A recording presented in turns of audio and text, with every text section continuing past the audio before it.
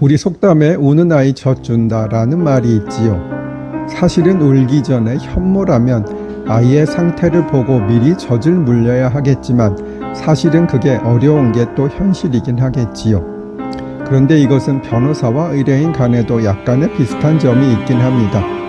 변호사가 열심히 해도 의뢰인의 성에는 차지 않을 수도 있고요. 결국은 의뢰인이 이것저것 해달라고 하면 그 중에 필요한 것은 변호사가 해주는 것이 현실이긴 해요.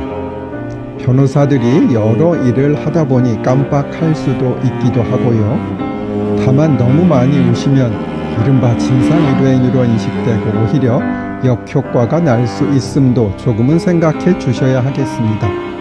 다만 저도 현변이 되도록 노력하겠습니다. 선임을 위한 상담은 대부분 제가 직접 진행을 합니다. 물론 기존의 고객이라면 담당 변호사가 하는 경우도 있고요.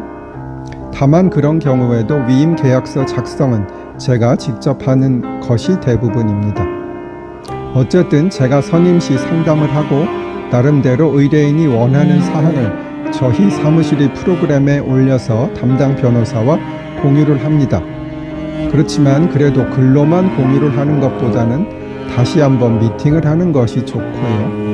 그래야 소속 변호사도 글로만 보는 것보다는 직접 의뢰인과 대화하면서 사건의 실체를 파악할 수 있고요. 사실 의뢰인을 보고 든 느낌도 사건의 파악과 진행 방향 설정에 있어서 도움이 될 수도 있는 것이니까요.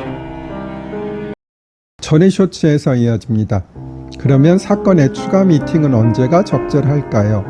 가끔 저와 미팅하고 곧 즉 일주일 이내에 담당 변호사와 미팅을 요청하시는 경우가 있는데 그 정도의 시간으로는 조금 부족할 수도 있어요.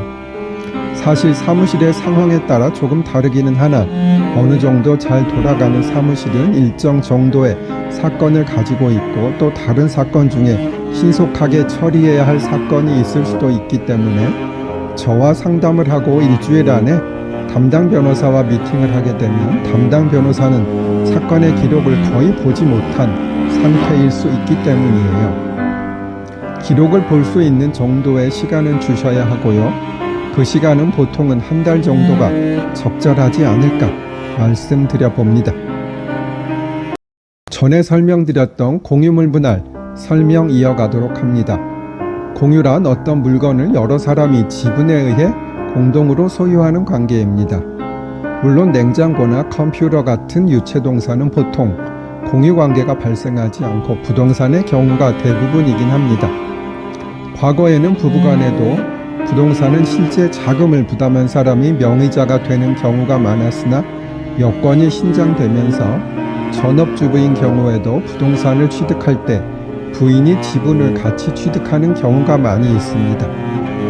그리고 경매 등으로 공유 지분만을 매수하거나 누군가 사망해 상속을 받을 때 상속 지분에 따라 소유권을 취득함으로써 상속인들 사이에 공유 관계가 생기는 경우도 많이 있겠지요.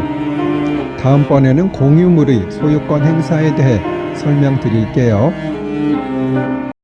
건물이나 토지를 공유하면 소유권을 행사하는데 여러 불편한 문제가 생깁니다. 어느 한 사람이 과반수 지분을 갖게 되면 그 과반수 소유자가 자신의 의사에 따라 공유물을 관리할 수 있습니다. 또 공유자 중 1인이 단독으로 공유물건 전부를 사용하면 다른 공유자들이 보유한 지분에 따라 부당이득 반환 의무가 생겨 법률 분쟁이 발생하기도 하고요. 누구도 과반수 지분을 보유하지 못했는데 공유자들 사이에 이 물건을 어떻게 사용할 건지에 대한 의사합치가 이루어지지 않으면 사용하지 못하고 방치해 둘 수밖에 없는 경우도 있을 거고요. 따라서 공유자들은 서로 긴밀한 인적 관계에 있지 않은 이상 공유관계를 해소하고 싶은 마음이 들기 마련입니다.